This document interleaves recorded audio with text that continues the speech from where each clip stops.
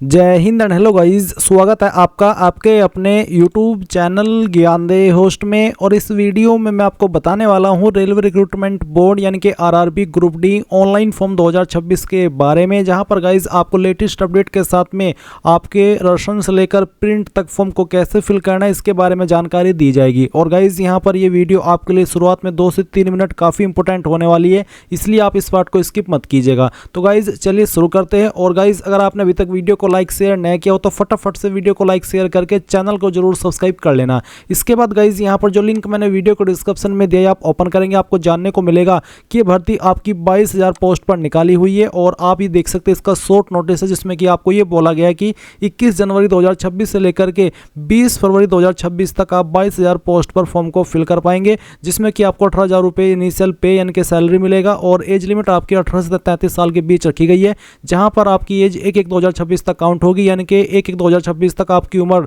ना तो 18 साल से कम और ना ही 33 साल से ज़्यादा होनी चाहिए। ये बात हो रही है जनरल कैटेगरी कैंडिडेट के लिए, क्योंकि गाइज गवर्नमेंट रूल्स के अकॉर्डिंग SC/ST कैंडिडेट को 5 साल की और OBC को 3 साल की छूट दी जाएगी। अब गाइज यहाँ पर मेन पॉइंट आता है आपके सामने। अब तो चलिए मैं आपको मेन पॉइंट ये बताता हूँ कि गाइज जो आपकी फॉर्म फिल करने की डेट है वो आपकी आगे एक्सटेंड कर दी गई है। जी हाँ, आप देख सकते हैं 19 जनवरी 2026 का ये अपडेट है। इसमें आप देख सकते हैं कि आपको पहले ये बोला था कि आपके फॉर्म 21 जनवरी से स्टार्ट होंगे, बट यहाँ पर अब इसको रिशेड्यूल किया गया है और अब आप जो अपने फॉर्म भर पाएंगे। अब गाइज मैं आपको यहाँ पर एक स्पेशल जानकारी देने वाला हूँ जो कि आपकी आरआरबी ग्रुप डी एग्जाम की तैयारी में काफ़ी काम आएगी, इसलिए आप इस पार्ट को स्किप मत कीजिएगा। तो गाइज जैसा कि आप सब जानते हैं कि आपके जो फॉर्म है वो अभी 10 दिन के लिए पोस्टपोन हो चुके हैं, बट इसका मतलब ये नहीं है कि आपके फॉर्म नहीं आएंगे। और जो कैंडिडेट यहाँ पर पहले से एग्जाम की तैयारी कर रहे हैं तो उनके लिए तो यहाँ पर ये अच्छी खबर है कि चलिए 10 दिन का और हमें एक्स्ट्रा समय मिल गया अपनी एग्जाम की तैयारी करने के लिए। तो ऐसे में गाइज मैं आपको यहाँ पर बताने वाला हूँ कि कहाँ से आप आपकी तैयारी कर सकते हैं। मैं आपके लिए यहाँ पर एक स्पेशल PDF लेकर के आया हूँ जो कि 15-16 लोगों की टीम ने मिलकर के तैयार किया है। और उसमें जो प्रीवियस एग्जाम हुए हैं ग्रुप डी के या फिर रेलवे के, वहाँ से सभी निचोड़ करके ऐसे क्वेश्चन तैयार किए गए हैं। इतना अच्छा PDF तैयार किया गया है कि आपके जो एग्जाम की तैयारी है वो और भी बेहतर करेगा, बूस्ट करेगा। चाहे आप अगर कहीं और से भी तैयारी कर रहे हैं और अगर आप इस PDF से अपनी तैयारी को करते हैं तो आपकी तैयारी और भी बेहतर हो जाएगी। तो ये बहुत ही अच्छी चीज़ है। आपको मैं इस वीडियो के डिस्क्रिप्शन में उसका जो लिंक है बाय करने का वो देने वाला हूं। यहां पर पहले आप ये जान लीजिए कि इस PDF से आप कैसे तैयारी कर सकते हैं, क्या आपको फायदा मिलेगा। चलिए कुछ चीज़ें यहां पर आपको मेंशन करता हूं। तो गाइस जैसे कि आप यहां पर देख भी सकते हैं कि आरआरबी ग्रुप डी का सिलेबस नहीं, कंफ्यूजन सबको फेल करता है। वो इसलिए क्योंकि इसमें too much content, too little clarity आपको देखने को मिलती है। सब पढ़ रहे हैं पर किसी को पता नहीं कि क्या छोड़ना है और साथ ही क्या पढ़ना है। मैं आपको बता दूं कि इसमें same syllabus, wrong approach, daily decision fatigue, no finishing line ऐसा आपको देखने को नहीं मिलता, जिसके चलते बहुत सारे कैंडिडेट इसमें फेल होते हैं। जब प्लानिंग स्ट्रॉन्ग हो पढ़ाई अपने आप स्मूथ हो जाती है। तो guys follow think system random study, इसमें यहाँ पर RRB group D complete exam preparation system है और ए स्ट्रक्चर्ड प्ले बुक नोट्स रहेगा। 60 डे डेली एक्शन ब्लूप्रिंट आपको यहाँ पर मिलेगा इस PDF के अंदर। रोज का exact road map, no guess work, no extra पढ़ाई, बिल्ट टू फिनिश सिलेबस। साथ ही subject wise exam intelligence 4 separate PDFs आपको मिलेंगे। इसमें आपको important topics, high yield areas identified, time wasters topics exposed, avoid low ROI sections. साथ ही guys आप देख सकते हैं कि depth analysis and exam pattern, understand question trends, smart skips explained, strategic omission strategy, ये आपको मिलने वाली है PDF के अंदर। एग्जाम फोकस्ड प्रैक्टिस इंजन आपको यहाँ पर मिलेगा। Subject wise practice, exam level difficulty, no random question, mistake detection early, ये आपको मिलेगा। Exam day counter attack guide आपको इस PDF के अंदर मिलने वाली है, जिसमें कि paper solving strategy, time management hacks for exam, panic control plan, gas work tricks, ये सभी आपको मिलने वाली है। प्राइवेट एक्सपर्ट गाइडेंस सर्कल इसमें रहेगा। Strategy updates, smart tricks and study materials, expert mentorship, support till exam day, यानी कि एग्जाम डेट तक आपको सपोर्ट मिलने वाली है। और ये कोचिंग नहीं है, ये एग्जाम का ब्लूप्रिंट है। टीच एवरीथिंग और गाइड व्हाट मैटर्स, यानी कि कुछ आपको ये नहीं बोला है कि सभी टीच करो। आपको यहाँ पर जो मेन है वो है कि गाइड व्हाट मैटर्स, यानी कि जो मैटर करता है वही आपको सिखाया जाए। और इसके लिए गाइज आप यहाँ पर इनकी जो PDF है वो परचेज कर सकते हैं। अगर एग्जाम के लिए सीरियस हो और कन्फ्यूजन खत्म करना है, आज ही PDF परचेज करो और अपनी प्रिपरेशन स्टार्ट करो। गाइज वीडियो के डिस्क्रिप्शन में मैंने इसका बाय लिंक दिया है।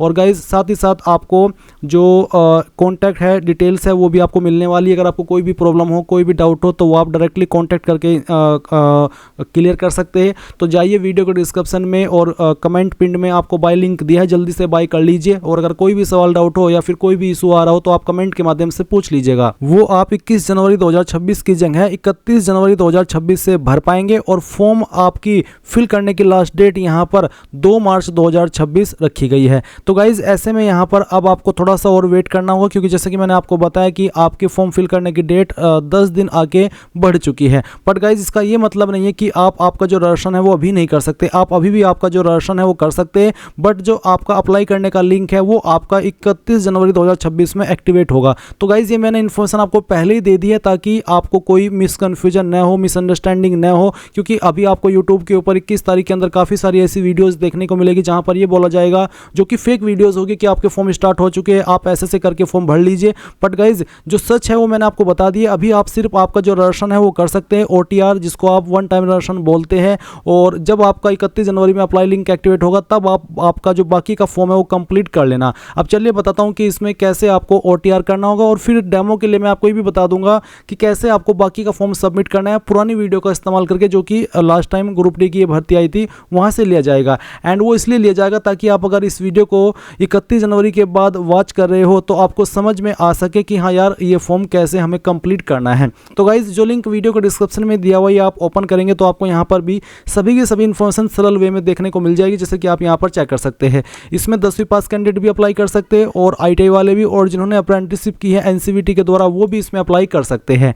एंड यहाँ पर फीस की इन्फॉर्मेशन की अगर बात करें तो जनरल OBC WS को 500 रुपये फीस पे करनी है, और SC ST सर्विसमैन EBC को 250 रुपये फीस पे करनी है। जहाँ पर गाइज जब आपका एग्जाम हो जाएगा तो जनरल OBC WS को 400 रुपये फीस रिफंड की जाएगी, और जो बाकी कैटेगरी है जिनसे 250 रुपये फीस ली जा रही है इनको पूरी की पूरी फीस रिफंड कर दी जाएगी। अब ये जो आपका ग्रुप डी का एग्जाम होगा उसके बाद ही आपको ये फीस रिफंड होगी। अब चाहे वो आपने एग्जाम पास किया हो, फेल किया हो, आपको फीस 100% रिफंड होगी, बट आपका एग्जाम देना अनिवार्य है। ये सभी इन्फॉर्मेशन अब आपने चेक कर ली। सभी इन्फॉर्मेशन चेक करने के बाद अगर आप इसमें एलिजिबल है और आप इसमें रजिस्ट्रेशन करना चाहते ताकि जब आपका लिंक एक्टिवेट हो आप अप्लाई कर सके तुरंत, तो आप इंपॉर्टेंट लिंक के सेक्शन में आएंगे, अप्लाई ऑनलाइन लिंक ओपन करेंगे, आपके सामने यहाँ पर ये वेबसाइट आ जाएगी। यहाँ पर आ जाने के बाद में अगर गाइज पहले से आप रजिस्टर्ड है इस वेबसाइट के ऊपर, आपने 2024 के अंदर या 2025 के अंदर कोई भी फॉर्म भरा है इस वेबसाइट का इस्तेमाल करते हुए, या फिर रेलवे का जो कि इस वेबसाइट के माध्यम से भरा हुआ था, तो आप डायरेक्टली लॉगिन करेंगे। लॉगिन के ऊपर क्लिक करने के बाद आपके पास 2 विकल्प है लॉगिन होने के। पहला है लॉगिन विद आधार,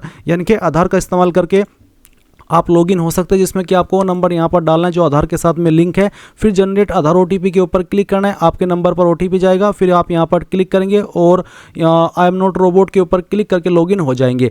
अगर इसमें कोई इशू आ रहा है तो फिर आप login with RRB account credential इसके ऊपर क्लिक करेंगे, आपका रजिस्टर्ड नंबर या ईमेल एड्रेस डालेंगे, फिर यहाँ पर पासवर्ड डालेंगे जो आपने उस वक्त बनाया था, और फिर यहाँ पर लॉगिन हो जाएंगे। अगर गाइज आप आपका ये वाला पासवर्ड भूल गए हैं तो आपको फॉरगॉट पासवर्ड पर क्लिक करना है, रजिस्टर्ड नंबर या ईमेल एड्रेस यहाँ पर डालना है, डेट ऑफ बर्थ जो आपने फॉर्म के अंदर भरी थी वो सिलेक्ट कर लेनी है, और प्रोसीड के ऊपर क्लिक करना है। देन OTP सेंड किया जाएगा आपके नंबर और ईमेल के ऊपर। जैसे आप OTP वेरीफाई कर देंगे तो आपको गाइज यहाँ पर एक न्यू पासवर्ड सेंड किया जाएगा, जिसका इस्तेमाल करके आप लॉगिन हो जाएंगे।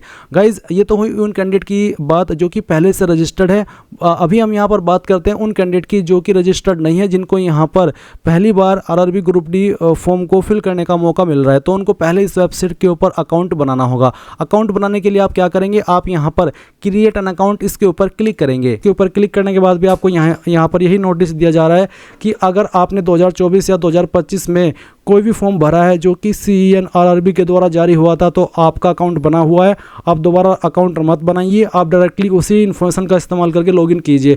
बट आप तो फ्रेशर है इसलिए आप यहाँ पर इस वाले पेज पर आए हैं, तो आप यहाँ पर इसको ओके कर दीजिए। ओके करने के बाद में आप देखेंगे कंट्री ऑफ नेशनलिटी, इसमें आप इंडिया सेलेक्ट कर लीजिए अगर आप इंडियन है। फिर आप देखेंगे पर्सनल इन्फॉर्मेशन, जहाँ पर सबसे पहले है फुल नेम। आपको आपका पूरा नाम 10th के सर्टिफिकेट के अकॉर्डिंग फिल करना है। इस नाम को दोबारा डाल करके आपको यहाँ पर वेरीफाई कर देना है। फिर आपसे पूछा है have you changed your name, क्या आपने 10वीं के बाद में आपका नाम बदला है, अगर हाँ तो यस, और फिर आप यहाँ पर अंडरस्टैंड एंड आई एग्री इसके ऊपर क्लिक करके जो आपने नाम बदला है वो आप डालेंगे और उसको दोबारा डाल करके वेरीफाई कर देंगे। पर गाइज अगर आपने अपना नाम नहीं बदला 10वीं के बाद में तो आप यहाँ पर नो कर दीजिए।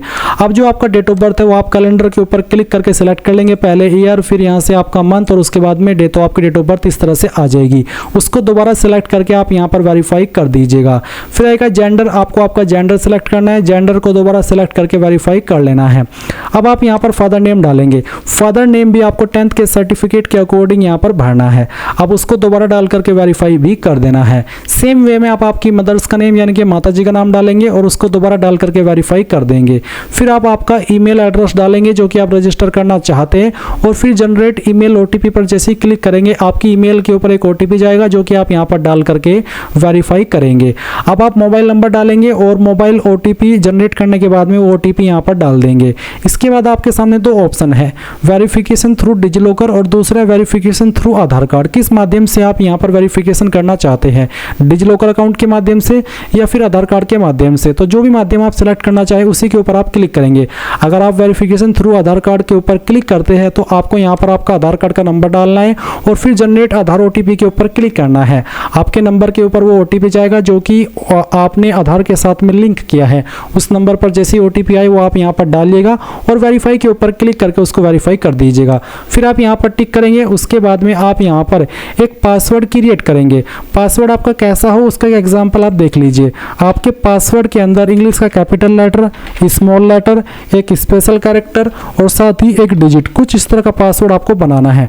पासवर्ड की लेंथ 8 से 16 कैरेक्टर के बीच में होनी चाहिए। फिर आप उस पासवर्ड को दोबारा डाल करके वेरीफाई कर देंगे एंड देन आप यहाँ पर आई एम नॉट रोबोट के ऊपर क्लिक करेंगे। फिर जो भी जानकारी आपने भरी उनको चेक करते हुए आप preview and create an account इसके ऊपर क्लिक करेंगे।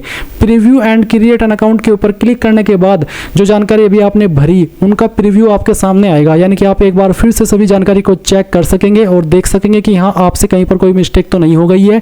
अगर आप फुल्ली श्योर हो जाए कि हाँ सभी इन्फॉर्मेशन सही है जो मैंने भरी है तो फिर आप यहाँ पर उस जानकारी को सबमिट कर देंगे। जैसे ही आप जानकारी सबमिट कर देंगे तो आपका अकाउंट क्रिएट हो जाएगा। इसके बाद आप यहाँ पर होम पेज पर आ जाएंगे और यहाँ पर आ जाने के बाद में आप लॉगिन के ऊपर क्लिक करेंगे। लॉगिन के ऊपर क्लिक करने के बाद आप देखेंगे कि आपके पास दो विकल्प है इसमें लॉगिन होने के, एक है लॉगिन विद आधार और दूसरा है login with RRB account credential. अगर आप लॉगिन विद आधार सेलेक्ट करते हैं तो आप यहाँ पर आपका फ़ोन नंबर डालेंगे जो आधार के साथ में लिंक है। जनरेट आधार ओटीपी इसके ऊपर क्लिक करेंगे, आपके नंबर के ऊपर एक ओटीपी जाएगा। जब आप उसको यहाँ पर डाल देंगे और आई एम नॉट रोबोट के ऊपर क्लिक करके लॉगिन कर लेंगे। बट अगर गाइज यहाँ पर कोई इशू आ रहा है इस वाले माध्यम में तो आप यहाँ पर login with RRB account credential इसके ऊपर क्लिक करेंगे और जो आपने नंबर या फिर ईमेल आईडी रजिस्टर की थी कोई एक चीज़ यहाँ पर डाल देंगे। जो पासवर्ड बनाया था अपनी मर्जी से वो यहाँ पर फिल करेंगे और आई एम नॉट रोबोट इसके ऊपर क्लिक करके यहाँ से लॉगिन के ऊपर क्लिक करेंगे। इसके बाद आप देखेंगे 2 फैक्टर ऑथेंटिकेशन पेज आएगा। आप यहाँ पर डिसाइड कर लीजिए कि आप किसके ऊपर ओटीपी चाहते हैं, ईमेल या नंबर। जिसके ऊपर भी आप क्लिक कर देंगे उसी के ऊपर आपको ओटीपी सेंड कर दिया जाएगा। वो ओटीपी आप यहाँ पर डालेंगे और लॉगिन के ऊपर क्लिक करेंगे। इसके बाद में आपके सामने यहाँ पर आरआरबी सेलेक्ट करने का ऑप्शन आएगा। अगर आरआरबी सेलेक्ट करने के ऑप्शन नहीं आ रहे तो आपको वेबसाइट को रिफ्रेश कर लेना है। फिर आप यहाँ पर नीचे टिक करेंगे और नेक्स्ट के ऊपर क्लिक कर देंगे। इसके बाद में अगर आपका पहले से अकाउंट बना हुआ है और आप यहाँ पर ग्रुप डी का फॉर्म भरने के लिए आए हैं तो आपके सामने आधार वेरिफिकेशन का पेज आएगा। आप अपना आधार नंबर डालेंगे, जनरेट ओटीपी करेंगे, नंबर आएगा, ओटीपी आएगा आपके नंबर के ऊपर और जैसे आप उसको वेरीफाई कर देंगे तो आपके सामने इस तरह से आपकी जानकारी आ जाएगी। अब आप यहाँ पर जो आपका मैरिटल स्टेटस है वो बताएंगे, अनमैरिड या फिर मैरिड। उसके बाद में रिलीजन आपका कौन सा है वो आपको सेलेक्ट कर लेना है। फिर आपसे पूछे do you wish to avail fee exemption, यानी कि जो फीस के अंदर छूट मिलती है जो कि आपसे 500 रुपये फीस ली जा रही है जनरल ओबीसी से और SC ST से 250 रुपये, तो जो बाद में आपको जनरल ओबीसी को 400 रुपये और SC ST को पूरी की पूरी फीस रिफंड की जाएगी। क्या आप वो चाहते कि हमें मिले? अगर आपने यहाँ पर नो कर दिया तो फिर आपको आपकी फीस रिफंड नहीं होगी और अगर आपने यहाँ पर यस किया तो जो आपको रिफंड करने को बोला है वो फीस आपको रिफंड कर दी जाएगी। तो सभी कैंडिडेट इसमें यस ही कीजिएगा। इसके बाद में मदर टंग, आपकी मातृभाषा कौन सी है वो आप सेलेक्ट कर लीजिएगा। फिर है choice of language for examination, examination के लिए कौन सी लैंग्वेज आप रखना चाहते हैं। जो भी लैंग्वेज आप सेलेक्ट कर लेंगे उसी में फिर आपको एग्जाम देना होगा। उसके बाद में permanent visible mark of identification first, आपकी बॉडी के ऊपर वो निशान जिससे आपकी बॉडी की पहचान होती है। ये मार्क आपकी बॉडी के ऊपर कहीं पर भी हो सकता है। उस मार्क के बारे में थोड़ा अच्छे से यहाँ पर चाहे हिंदी में चाहे इंग्लिश में लिख दीजिएगा। फिर इसके बाद में सेकंड आइडेंटिफिकेशन मार्क, तो अगर आपकी बॉडी के ऊपर एक से ज़्यादा मार्क है तो आप दूसरे मार्क के बारे में लिखिए अगर नहीं है कोई ऐसा मार्क तो आप यहाँ पर नो मार्क लिख दीजिएगा। अब आती है कम्युनिटी यानी कि caste category, general, SC ST OBC जो भी है वो आप सिलेक्ट कर लीजिए। मान लीजिए आपकी कैटेगरी SC है तो आप यहाँ पर देखेंगे आपको नेम ऑफ कास्ट यानी कि आपकी कास्ट का क्या नाम है, मैं आपको डेमो के लिए जानकारी फिल करके दिखा रहा हूँ। आप आपकी कास्ट का नाम यहाँ पर लिखेंगे।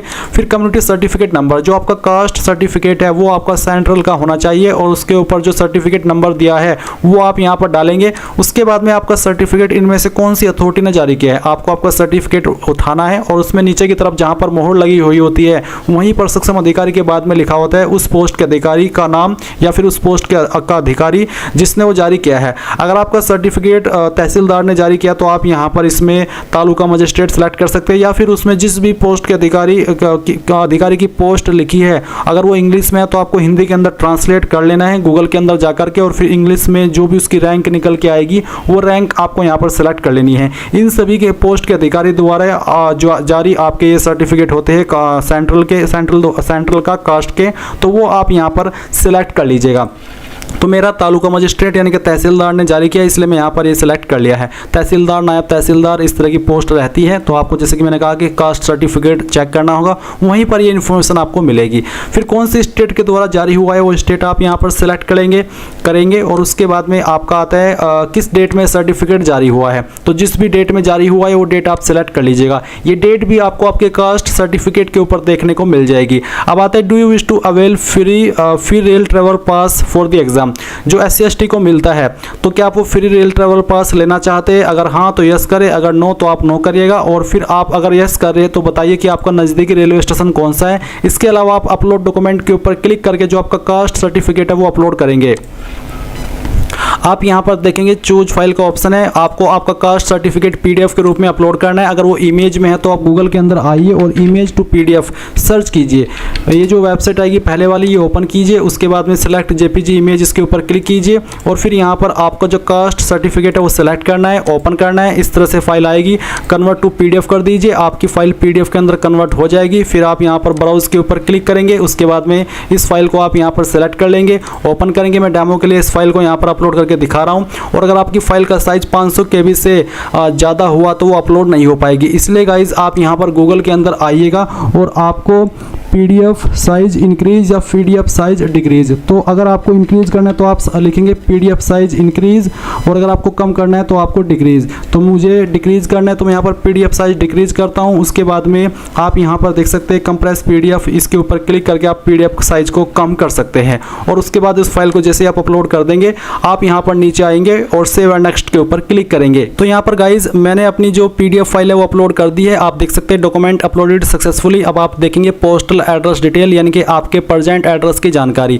तो जो आपकी स्टेट है वो आप सिलेक्ट कर लीजिए, फिर आपकी जो डिस्ट्रिक्ट है वो आप सिलेक्ट कर लेंगे एंड देन जो आपका एड्रेस है उसकी पूरी जानकारी आपको एड्रेस के सेक्शन के अंदर भरनी है। फिर आता है present nearest city major town यानी कि आपका जो प्रेजेंट पास की सिटी है या फिर जो आपका मेन टाउन है नज़दीकी वो आप यहाँ पर लिखिएगा और उसके बाद में जो आपका पिन कोड है वो भी आप डाल दीजिएगा। अब अगर आपका प्रेजेंट एड्रेस और परमानेंट एड्रेस सेम है, अलग अलग नहीं है, तो आप नीचे इस बॉक्स के ऊपर टिक कर दीजिए और अगर अलग अलग है प्रेजेंट परमानेंट एड्रेस तो फिर आप यहाँ पर अनटिक करके अलग से भरिएगा। अगर एक ही है तो टिक कर दीजिएगा, फिर आप सेव करेंगे एंड देन आप नेक्स्ट कर देंगे। नेक्स्ट के ऊपर क्लिक करने के बाद आपके सामने कुछ ऐसा इंटरफेस आएगा। यहाँ पर आती है कैटेगरी डिटेल, तो आपसे पूछा है कि क्या आप एक्स सर्विसमैन है, अगर हाँ तो यस, नहीं तो आप नो करेंगे। फिर पूछा है कि क्या आप विकलांग है, अगर हाँ तो यस, नहीं तो यहाँ पर भी आपको नो करना है। फिर पूछे do you need scribe if you writing abilities affected in accordance with provision mentioned in पारा नंबर 11, यानी कि जो पारा नंबर 11 है उसमें अगर आपको लिखने में कोई प्रॉब्लम है और आपको उसके लिए स्क्राइब चाहिए तो आप यस करेंगे। अगर आप बिल्कुल ठीक है ईश्वर की कृपा से तो आप इसमें नो कर दीजिएगा। फिर पूछा है are you an EBC certificate holder, यानी कि इकोनॉमिकली बैकवर्ड क्लास से अगर आप आते हैं तो यस, नहीं तो आप नो करेंगे। इसके बाद पूछे कि क्या आप एक एम्प्लॉय है इंडियन रेलवे के जो करंटली सर्व कर रहे हो, सेवा कर रहे हैं, अगर हाँ तो यस, नहीं तो आप नो करेंगे।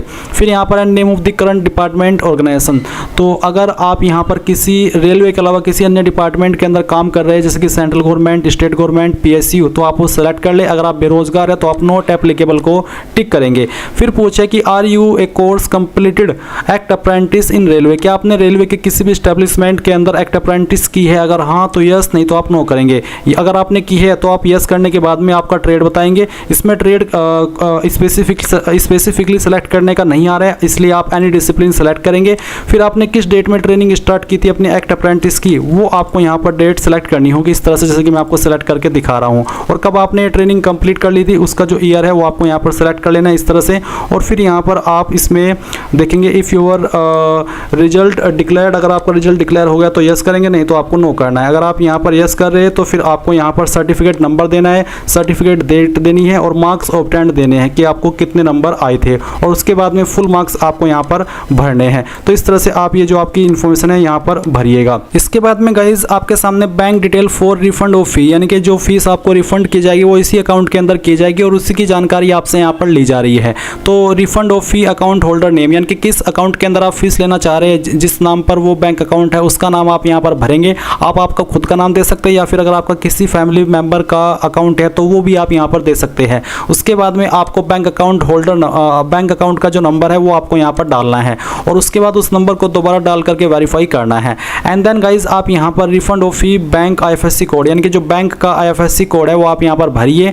अगर आपको नहीं पता IFSC कोड क्या होता है, कहाँ पर मिलेगा, तो आप अपनी बैंक की पासबुक देखिए, उसमें IFSC कोड मिलेगा, या फिर चेकबुक के ऊपर भी आप इसको देख सकते हैं। और अगर आप यहाँ से इन दोनों जगह से नहीं देख पा रहे तो आप गूगल के अंदर आइए और आपको सर्च करना है अपने बैंक का नाम और उसके बाद में वो कहाँ पर स्थित है उसको लिखना है और फिर आपको यहाँ पर बाद में IFSC कोड लिख देना है। इस तरह से आ जाएगा। उसके बाद आप यहाँ पर ये पहली वाली वेबसाइट ओपन कर लीजिएगा और फिर यहाँ पर आपको जिस भी बैंक का IFSC कोड सर्च करना है, पहले तो वो बैंक सेलेक्ट कर लेना है, फिर वो स्टेट जहाँ पर वो आपका बैंक स्थित है, उसके बाद में वो डिस्ट्रिक्ट जहाँ पर बैंक स्थित है, फिर कौन सी ब्रांच है आपकी वो आपको यहाँ पर लिस्ट से सिलेक्ट कर लेनी है इस प्रकार से, जैसे कि आपके सामने इन्फॉर्मेशन आ रही है, मैं आपको दिखा पा रहा हूँ।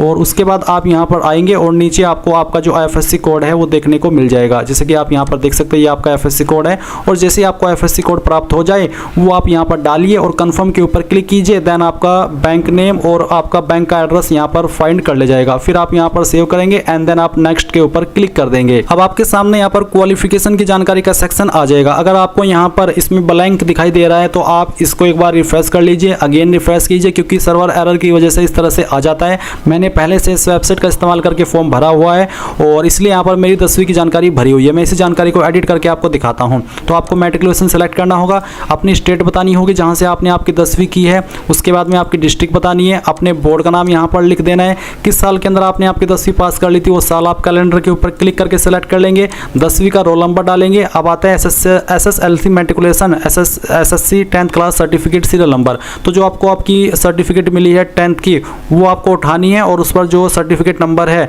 या फिर जो सीरियल नंबर है, अगर सर्टिफिकेट नंबर है तो सर्टिफिकेट नंबर, सीरियल नंबर है तो सीरियल नंबर, वो आप यहाँ पर डाल दीजिए और फिर आप इसको सेव कर दीजिए। मैं इसको यहाँ पर अपडेट कर देता हूँ। इसके बाद में गाइज आप देखेंगे कि आपकी जानकारी यहाँ पर आ जाएगी। फिर आप यहाँ पर क्वालिफिकेशन के सेक्शन के ऊपर अगेन क्लिक कीजिएगा और अगर आपके पास ITI है और आप उसको देना चाहते हैं तो आप यहाँ पर ITI सेलेक्ट करिएगा। और उसके बाद जैसे कि मैं यहाँ पर ITI सेलेक्ट कर लेता हूँ तो आपको आपका ट्रेड में एनी डिसिप्लिन सेलेक्ट कर लेना है। स्टेट यहाँ से आपको बतानी है जिस स्टेट से आपने आपकी ITI की है, डिस्ट्रिक्ट बतानी है जिस भी डिस्ट्रिक्ट से आपने आपकी जो ITI है वो की है, उसके बाद में आपको आपके इंस्टीट्यूट का नाम बताना है जहाँ से भी आपने आपकी जो ITI है वो की है।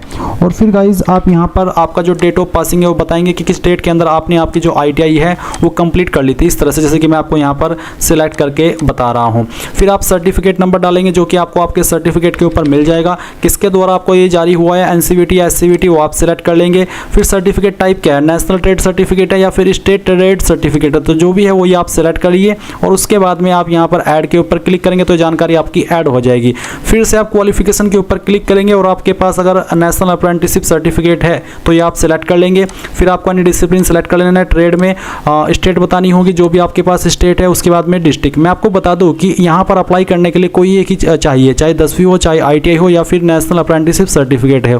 तो तीनों की इन्फॉर्मेशन इसलिए भर करके दिखा रहा हूँ क्योंकि क्या पता कौन कैंडिडेट किस क्वालिफिकेशन के माध्यम से अप्लाई कर रहा है, इसलिए यहाँ पर मैं तीनों चीज़ें आपको फिल करके दिखा रहा हूँ। तो अगर आप NEC के माध्यम से कर रहे हैं तो आपको यहाँ पर स्टेट, डिस्ट्रिक्ट, आपका इंस्टीट्यूट जहाँ से आपने की है, यानी कि जिस बैंक से आपने की है, उसके बाद में डेट ऑफ पासिंग क्या था, सर्टिफिकेट नंबर, सर्टिफिकेट आपको इशू किसके द्वारा जारी हुआ है, और उसके बाद में यहाँ पर आपका जो सर्टिफिकेट इश्यूड है सिलेक्ट करने के बाद में सर्टिफिकेट टाइप सेलेक्ट कर लेंगे, नेशनल अप्रेंटिसशिप सर्टिफिकेट, और उसके बाद आप ऐड के ऊपर क्लिक करेंगे तो जानकारी आपकी ऐड होगी। फिर आप यहाँ पर नेक्स्ट के ऊपर क्लिक कर देंगे। अभी आपको यहाँ पर आपका जो फोटो है और सिग्नेचर है वो अपलोड करना है। साथ ही आप देखेंगे सैंपल ऑफ फ्यू रिजेक्टेबल फोटोज, तो आप इसके ऊपर क्लिक करके देख लीजिए कि किस तरह का फोटो एक्सेप्ट होगा और किस तरह के रिजेक्ट होंगे। अब आप यहाँ पर नीचे आएंगे और जो आपका कैमरा है वो ऑन कर लेंगे। आप इसको कंप्यूटर से भी कैप्चर कर सकते हैं और अपने मोबाइल से भी कैप्चर कर सकते हैं, और किन किन चीज़ों का ध्यान रखना है वो आपको ध्यान यहाँ पर देखने को मिल जाएगा। सिग्नेचर भी आप यहाँ पर अपलोड करेंगे तो ब्राउज के ऊपर क्लिक करना, और जहाँ पर भी आपकी सिग्नेचर की फाइल है वो आप सिलेक्ट करेंगे, ओपन करेंगे, और इस तरह से आपका सिग्नेचर यहाँ पर आएगा। इसके बाद में गाइज आप यहाँ पर आई है अपलोडेड माई ओन सिग्नेचर, इसके ऊपर टिक करेंगे, और टिक करने के बाद में आप यहाँ पर सेव के ऊपर क्लिक करेंगे और फिर आप नेक्स्ट के ऊपर क्लिक कर देंगे। गाइज मैं आपको बता दूं कि अगर आपको आपका लाइव फोटो अपलोड करने में कोई इशू आ रहा है अपने मोबाइल से या फिर कंप्यूटर से, तो जो यहाँ पर आपको QR कोड देखने को मिलता है, आप इसको जैसे स्कैन करेंगे तो आपके सामने इस तरह से विंडो ओपन होगी। आप यहाँ पर इसमें लॉगिन हो जाएंगे आपकी लॉगिन इन्फॉर्मेशन का इस्तेमाल करते हुए, और डायरेक्टली आप यहाँ पर आपके जो जो आपका लाइव फोटो अपलोड है उसका ऑप्शन आपके सामने आएगा। आप यहाँ पर अलाउ कर देना, और अलाउ करने के बाद में आप यहाँ पर आपका जो लाइव फोटो है वो कैप्चर कर सकते हैं अपने मोबाइल से। आपका जो बैकग्राउंड है वो वाइट होना चाहिए जब आप फोटो को कैप्चर कर रहे हो, और आपके रंग बिरंगे कपड़े नहीं होने चाहिए, नहीं तो इशू आता रहता है। तो यहाँ पर आप ये जैसे यस कर देंगे और आपका इस तरह से फोटो आपका कैप्चर हो जाएगा और वो एक्सेप्ट हो जाएगा। फिर यहाँ पर आपके सामने जो आपकी पोस्ट प्रेफरेंस है वो आ जाएगी। तो मैंने प्रयागराज सेलेक्ट किया, इसमें यहाँ पर एलिजिबल पोस्ट एक ही है मेरे सामने, NCR पॉइंट्समैन B, तो मैं इसी को प्रेफरेंस दे देता हूं। और अगर आप यहां पर किसी अन्य जोन के अंदर अप्लाई करना चाहते तो आप जाकर के बैक में यहां पर पर्सनल डिटेल के सेक्शन में उस जोन को सिलेक्ट कर लीजिएगा। बाकी जानकारी आप पहले ही फिल करके सेव कर चुके हो, तो बाकी आपको दोबारा से उसको भरने की आवश्यकता नहीं पड़ेगी, और यहां पर आपको अलग अलग पोस्ट प्रेफरेंस देखने को मिल जाएगी जो भी उस जोन के अंदर अभी अवेलेबल है। उसके बाद आप यहां पर नीचे आएंगे, इसके ऊपर टिक करेंगे, यहां पर आपको इसके ऊपर टिक करना है, और एंटर द पैलेस में आपको अपना नाम नहीं बल्कि जिस जगह से आप फॉर्म को भर रहे हैं उस सिटी का नाम भरिएगा। मैं आपको फिर से बता दूं, आपको आपका खुद का नाम नहीं भरना है, अपनी सिटी का नाम देना है जहां से आप फॉर्म को भर रहे हैं, और फिर आप यहां पर प्रीव्यू एप्लीकेशन के ऊपर क्लिक करेंगे। अब जो भी जानकारी आपने भरी है वो सभी आपके सामने आएगी। अच्छे से टाइम लेकर के सभी जानकारी चेक कर ले, और फिर आप यहां पर इसके ऊपर टिक करें और यहां से सबमिट कर दे। सबमिट करने के बाद अगर आपने यहां पर एक बार और सबमिट कर दिया तो फॉर्म आपका सबमिट हो जाएगा। भले ही आप फीस जमा न करें पर आपका फॉर्म सबमिट हो चुका है। और अगर आपको लगता है आपने सबमिट कर दिया और फिर आपको लग रहा है कि यार मेरे से कोई गलती हो गई है, तो गाइज आपको फीस पे करनी होगी। फीस पे करने के बाद में जब इसमें आपको एडिट करने का समय मिलेगा उस समय में आप अपनी फीस जो एडिट फीस है वो देने के बाद अपने फॉर्म को सही कर सकते हैं। क्योंकि अगर आपने यहाँ पर इसको सबमिट कर दिया और आप सोचे कि चलो मैंने फीस जमा नहीं की, अब मैं दूसरा फॉर्म भर लूँ, तो दूसरा फॉर्म नहीं भर पाएंगे, क्योंकि इसमें आधार ऑथेंटिकेशन होता है, आधार वेरिफिकेशन होता है, और वो आप ऑलरेडी कर चुके हो। तो नया अकाउंट जब आप बनाएंगे उसमें आधार वेरिफिकेशन मांगा जाएगा, जो कि आपके पास आधार अवेलेबल नहीं है क्योंकि आप पहले ही यूज कर चुके हो, तो वो इसमें ट्रिक काम नहीं करेगी। इसलिए अगर आपको लग रहा है कि मेरे फॉर्म में कोई गलती हो गई है तो इसको सबमिट करने के बाद में फीस पे कीजिए, और जब आपको एडिट का समय मिलेगा वहाँ पर एडिट के लिए जो फीस आपसे ली जाती है 250 रुपये वो दीजिए, और अपने फॉर्म के अंदर सुधार कर लीजिए। कोई इशू नहीं होगा और आपका फॉर्म फाइनल सबमिट माना जाएगा, और आपका एडमिट कार्ड भी आपको इशू किया जाएगा।